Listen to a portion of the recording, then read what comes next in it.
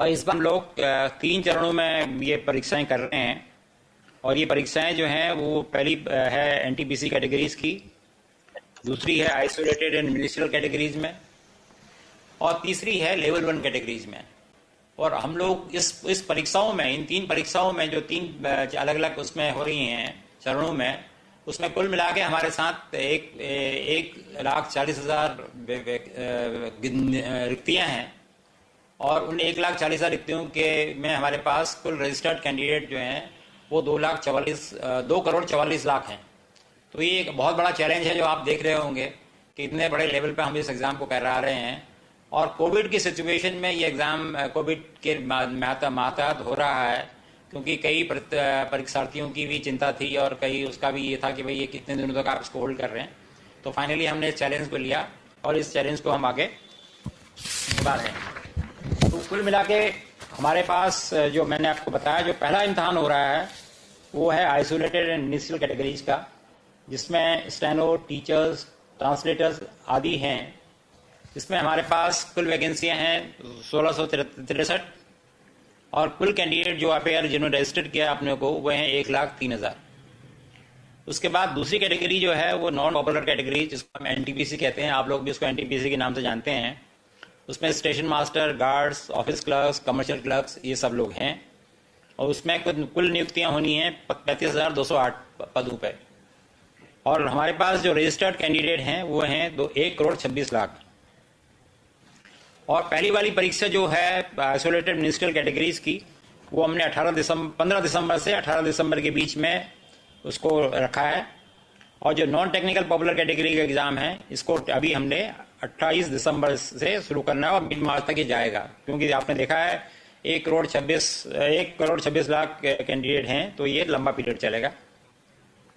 और तीसरा एग्जाम जो हम करने जा रहे हैं वो है लेवल 1 का, जिसमें ट्रैक मेंटेनेंस हैं, पॉइंट्समैन हैं और भी कई लेवल 1 की पोस्टें हैं जो इसमें होगा। और कुल इसमें पदों की संख्या है 1,03,769। और कुल मिला के इसमें कैंडिडेट हैं जो रजिस्टर्ड हुए हैं 1,15,00,000। और इनका सीबीटी हमने अप्रैल में प्लान किया है। अभी टेंटेटिव प्लानिंग है, वो आपको आगे हम इसकी सूचना दे देंगे पूर्व में, जैसा अभी चल रहा है हम एडवांस में सारी चीज़ें आपके संज्ञान में ले आएंगे। तो कुल मिला के जो अभी हम पहला एग्जाम जो 15 तारीख से शुरू हो रहा है आइसोलेटेड और मिनिस्ट्रियल कैटेगरीज का, उसमें आपने जैसा मैंने अक्टूबर से 20 अक्टूबर के बीच में प्लान है, हम 15 अक्टूबर से 20 अक्टूबर के बीच में। हाँ, अच्छा, हम लोग जो हैं इसमें कोविड-19 गाइडलाइंस को स्ट्रिक्टली फॉलो करेंगे। और हमने इसमें कैंडिडेट को उनके एग्जाम सिटी, डेट के बारे में, उनकी ट्रैवल अथॉरिटी के बारे में 5 दिसंबर से उनको लिंक भेज दिया है इसके बारे में, सो दैट उनको ये सारी सूचनाएं पूर्व में हो कि वो किस सिटी में उनका एग्जाम होगा। अभी सेंटर इसको उस वक्त पता नहीं होता है, सेंटर की बात बताएंगे वो कैसे पता लगेगा। और डेट एंड डाउनलोडिंग का ये वो अपना ट्रैवल डॉक्यूमेंट जो है, जैसे SC कैंडिडेट होते हैं उनको हम लोग पासेस देते हैं, तो वो अपने ट्रैवल डॉक्यूमेंट 5 दिसंबर से डाउनलोड कर रहे हैं। और जो ई-कॉल लेटर्स हैं वो हम आज 11 तारीख को 4 बजे से वो उनको ई-कॉल लेटर भी आज डिस्पैच करना शुरू कर देंगे। और हमने इसमें सभी अपने प्रतियोगियों को ये बताया है कि भाई वो आगे की सूचना या कोई भी सूचना में किसी और वेबसाइट या किसी और सोर्स पे अवेलेबल न करें। वो हमारी जो RRBs की ऑफिशियल वेबसाइट हैं उसमें ही सूचना पे निर्भर करें और सत्यता जो सत्य सूचना के बारे में। और जो इस बारे में आपको बताना चाहूँगा कि जो ये 15 तारीख से जो एग्ज़ाम हो रहा है, इसमें 1,00,000 कैंडिडेट हैं और हम लोगों ने 354 CBT सेंटर्स फाइनलाइज किए हैं। और ये कैंडिडेट जो हैं लार्जली इनको सबको आइदर उसी शहर में, अब उसी प्रदेश में, या जहाँ पे मिनिमम ट्रैवल इन्वॉल्व हो वहाँ पे हमने इनको अकोमोडेट किया है। तो हमारा प्रयास पूरा ये है कि कम से कम लोगों को डिस्टर्बेंस हो और लोगों को कोई तकलीफ ना हो। ये एग्ज़ाम 2 शिफ्ट में होंगे, 120 मिनट के, 90 से 120 मिनट के। हाँ सॉरी, ये जो जनरल कैंडिडेट हैं उनको 90 मिनट का समय मिलेगा। और जो विज्ञान, हाँ, जो लोग दिव्यांग लोग हैं उनको हम लोग 120 मिनट देंगे। और वो जो है स्क्राइब के साथ वो उनको 120 मिनट मिलेगा। और ये एग्ज़ाम जो है पहली शिफ्ट 9 बजे सुबह शुरू होगी और दूसरी शिफ्ट 1:30 बजे होगी। मतलब गेट, सॉरी, मैं आपको ये बताना चाह रहा था कि पहली शिफ्ट का गेट ओपनिंग टाइम 9 बजे होगा और गेट क्लोजिंग टाइम 10 बजे का होगा मॉर्निंग में, और एग्ज़ाम 10:30 बजे शुरू होगा। और दूसरी शिफ्ट जो है 1:30 बजे से शुरू होगी, 1:30 बजे गेट खोलेगा उसका, और गेट क्लोजिंग जो है वो 2:30 बजे हो जाएगा और 3 बजे से एग्ज़ाम होगा। तो हम, और अगली स्लाइड में मैं देख रहा हूँ, दिखाऊंगा आपको कि कैंडिडेट्स हमें जो 1,25,000 क्या कितना, अच्छा सॉरी, हाँ, ये 1,11,917 कैंडिडेट किस तरीके से, किन प्रांतों में किस तरीके से इनका डिस्ट्रीब्यूशन है, वो आपको इसकी जानकारी मिल जाएगी इससे। जैसे उत्तर प्रदेश में सबसे ज़्यादा कैंडिडेट है, मेरे ख्याल से मिजोरम में सबसे कम है क्या, या नहीं, अंडमान निकोबार में सबसे कम है। तो ये इस तरीके से इनका, हमारे यहाँ जो एप्लीकेंट हैं उनका डिस्ट्रीब्यूशन ये है। और सिमिलरली अगली स्लाइड में हम दिखा रहे हैं आपको कि 1,25,88,524 एनटीपीसी कैंडिडेट, उनका डिस्ट्रीब्यूशन किस तरीके से है, हम हर स्टेट्स में कहाँ पे उनको है। तो हमारी पहला प्रयास यही है कि जहाँ जिस प्रदेश के हैं वो उनको वहीं पे अकोमोडेट कर सकें। और बहुत बड़ा चैलेंज है कोविड सिचुएशन में इसको कराना। तो उसमें जो कुछ मिनिमल डिस्टर्बेंस, अनअवॉइडेबल डिस्टर्बेंस होगा, वही हम चाहेंगे कि प्रतियोगियों को रहे, अन्यथा वो ऐसा नहीं होगा।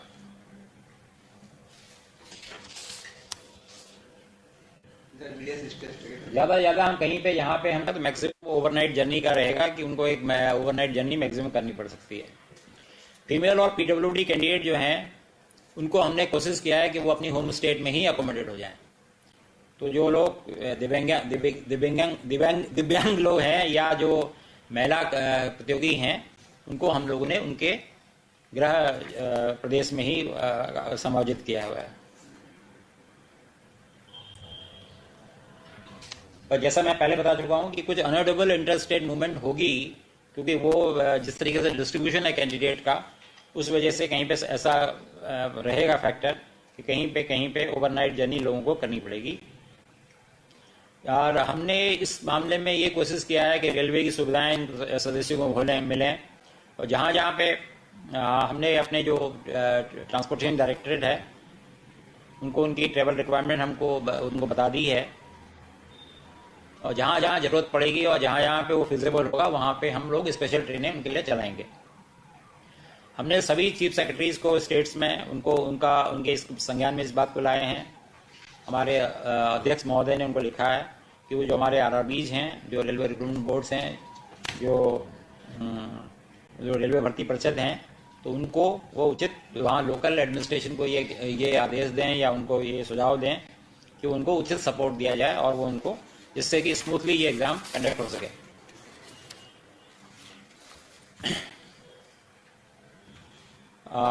एक और इसमें आप देखिए, इस सीबीटी एग्ज़ाम में या इस मेथोडोलॉजी में हम लोग पूरा प्रयास कर रहे हैं कि हमारे जो फर्स्ट टाइमर्स हैं, जिन लोगों ने पहले इस तरीके का कोई एग्ज़ाम नहीं दिया है, उनको भी किसी तरीके की असुविधा ना हो। तो हम लोगों ने उन लोगों को एक लिंक प्रोवाइड किया है जहाँ पे वो मॉक टेस्ट जो कर सकते हैं। तो ये मॉक टेस्ट जो है एक्चुअल एग्जामिनेशन से पहले फैमिलियराइजेशन के लिए ये उपलब्ध कराई है सुविधा। तो कैंडिडेट्स जो हैं उनको हम क्वेश्चन पेपर, इसके अलावा ये हम और भी ये सुनिश्चित करने के लिए कि हर तरह से ट्रांसपेरेंसी हो, और जो क्वेश्चन पेपर है कैंडिडेट का वो उसको दिखाए, उनको वो उपलब्ध होगा। Answer booklet along with correct answer keys, उन्होंने क्या आंसर दिया है और उसके आंसर कीज एक्चुअली क्या है, ये एग्जाम के बाद उनको उपलब्ध करा दी जाएगी, जिससे किसी तरह की भी कोई एम्बिग्युइटी किसी कैंडिडेट में ना रहे। और ये भी हमने उनको सुविधा दी है कि अगर वो कहीं पे उनको किसी चीज़ में वो सहमति नहीं रखते हैं तो वो करेक्शंस के, या कोई करेक्ट उनको लग रहा है कहीं पे कोई करेक्शंस गलत हैं या कुछ क्वेश्चन है उनके, तो वो अपने ऑब्जेक्शन रेज कर सकते हैं। और जैसा कि आपको पता है रेलवे ने अब जो इंटरव्यूज होते थे वो सब खत्म कर दिए हैं, तो इन एग्जाम्स में जो ये सीबीटी एग्जाम है इसकी परफॉर्मेंस ही प्लस जो मेडिकल और बाकी चीज़ें होंगी, बाकी यही इनके पैरामीटर रहेंगे। तो कोई डिस्क्रिप्शन नहीं है, तो सारी ट्रांसपेरेंसी इस एग्जाम में रहेगी। इस एग्जाम में हमने इंटीग्रिटी जो है, हाई लेवल की इंटीग्रिटी रखने के लिए क्या लिखा है कि biometric and photo capture before exam, ये सुविधा दी है कि जो एग्जाम से पहले बायोमेट्रिक और फोटो कैप्चर जो है वो जो हमारे जहाँ पे एग्जाम सेंटर होगा वहाँ पे ये सुविधा रहेगी कि उनका बायोमेट्रिक भी होगा और उनका फोटो कैप्चर भी होगा, जिससे कि इम्पर्सोनेशन, आपने कई इस तरह की घटनाएं देखी हैं जहाँ पे दूसरे कैंडिडेट अपेयर हो जाते हैं, बाद में काफ़ी लॉ एंड ऑर्डर सिचुएशन हो जाती है या पुलिस कंप्लेंट हो जाती हैं, तो उससे हम लोगों ने बचने का पूरा प्रयास किया है। और जो कैंडिडेट का फोटो होगा वो कैंडिडेट की स्क्रीन पर डिस्प्ले होगा। यहाँ पे सीसीटीवी सर्विलेंस भी होगी और कमांड सेंटर में रियल टाइम मॉनिटरिंग भी होगी। और जो कैंडिडेट जो उनके जवाब होंगे वो सिस्टम में कैप्चर हो जाएंगे और वो 128 बिट इंक्रिप्शन में रहेंगे, जिससे कि वो उसमें कोई आदमी उसमें वो नहीं कर पाए, किसी तरीके की उसको डिस्टर्ब ना कर पाए। हमारे पास हर कैंडिडेट का डिटेल ऑडिट ट्रेल अवेलेबल होगा। तो ये आपको ये जान के बड़ी खुशी होगी कि आरआरबी हमारी जो है टोटली कमिटेड हैं। कई दिनों तक लोगों ने डे एंड नाइट काम किया है। ये पूरी प्रोसेस हम लोगों के लिए एक नया एक्सपीरियंस था। इसमें कई हमारे आरआरबी के चेयरमैन इन्वॉल्व थे, प्री बिड्स के स्टेज में, बिड डॉक्यूमेंट बनाने में, पोस्ट बिड में। तो ये बहुत इसमें काफ़ी काम हुआ है और हर प्रयास किया गया कि जिससे कोई किसी तरीके की किसी को ना तो असुविधा हो और ना कोई किसी तरीके की कोई किसी को अनड्यू एडवांटेज मिले। मैं एग्जाम के दिन में हम लोग कैंडिडेट्स का टेम्परेचर लेंगे और जो कि थर्मोगन से लिया जाएगा, जिनका प्रेस्क्राइब टेम्परेचर जो प्रोटोकॉल के हिसाब से टेम्परेचर प्रेस्क्राइब है उससे ज़्यादा का टेम्परेचर होगा, तो उनको एग्जाम से डिसअलाउ किया जाएगा, उनको रजिस्टर्ड मेल से इन्फॉर्म किया जाएगा और उनको रिशेड्यूल किया जाएगा उनका एग्जाम। ऐसा नहीं कि उनका चांस अगर उधर टेम्परेचर कितना न खास तक किसी वजह से अगर उनको टेम्परेचर आ जाता है तो ये प्रयास होगा कि उनको रिशेड्यूल करके दूसरे दिन किसी और उसमें सुविधा अनुसार उनको दूसरे दिन के लिए शेड्यूल किया जाएगा और इसकी सूचना उनको पर्याप्त रूप से दी जाएगी, समय पर दे दी जाएगी। यहाँ इस एग्जाम में कैंडिडेट को फेस मास्क पहनना है, वो अपना फेस मास्क खुद पहनेंगे। और एक हमने और ये देखा है कि हम ये नहीं कह रहे हैं कि उनको कोविड टेस्ट करा के आना चाहिए, पर हम ये कह रहे हैं कि वो एक डिक्लेरेशन देंगे कि भाई उनको प्रेस्क्राइब फॉर्मेट होगा उसका कि उनको न तो उनको कोई कोविड टाइप की इस तरह की कोई समस्या नहीं है उनके साथ। अगर ऐसा वो नहीं करेंगे तो उसके बाद हम फिर उनको एग्जाम में उनको अलाउ नहीं किया जाएगा। यहाँ तक क्राउड मैनेजमेंट का सिस्टम है, टोटल प्रॉपर जो कोविड मैनेजमेंट का जो प्रोटोकॉल है वो फॉलो किया जाएगा। वो मेन गेट से एग्जाम लैब्स तक जिस तरीके से है वो सब मतलब कहीं पे भी कोई कमी नहीं रखी जाएगी। और हर शिफ्ट के बाद एग्जाम, जैसे मैंने आपको बताया था कि 2 शिफ्ट में होगा, तो हर शिफ्ट के बाद एग्जामिनेशन सेंटर को सैनिटाइज किया जाएगा, जिससे कि दूसरी शिफ्ट वाले लोगों को कोई तकलीफ ना हो और किसी तरीके की कोई असुविधा ना हो और किसी को ये संज्ञान में भी न रहे कि या किसी को इस तरीके का अनिश्चितता ना हो कि भी क्या होगा उनका करके।